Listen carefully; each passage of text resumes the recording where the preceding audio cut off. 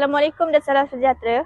Hari ini hari Selasa bersamaan dengan Assalamualaikum dan salam sejahtera. Hari ini hari Selasa bersamaan dengan 31 Mac 2026.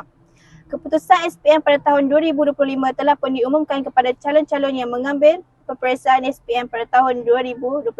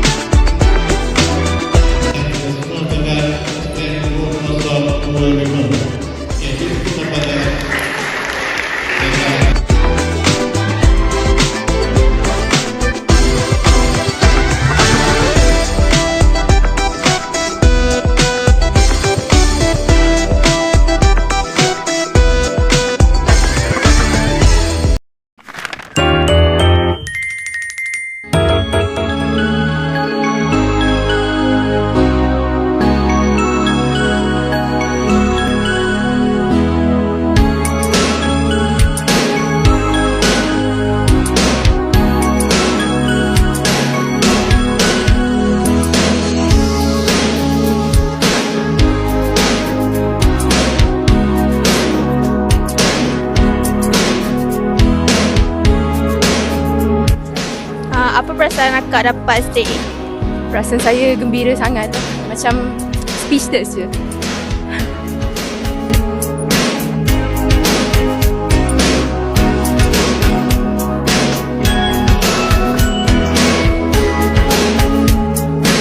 Apa perasaan cikgu apabila murid dari kelas 5 UKM berjaya naik ke atas pentas?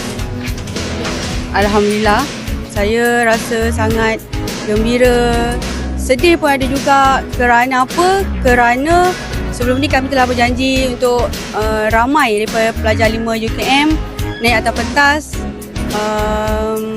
supaya dapat bersama-sama cemerlang, kan, mendapat iklan cemerlang, naik atas pentas, berjaya mengharumkan nama ibu bapa dan berjaya segala penat lelah pengorbanan tu terbalas.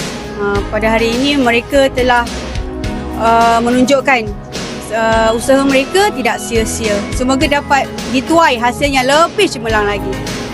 Terima kasih cikgu. Maka berakhirlah liputan majlis penyampaian keputusan SPM 2025. Sekian, terima kasih.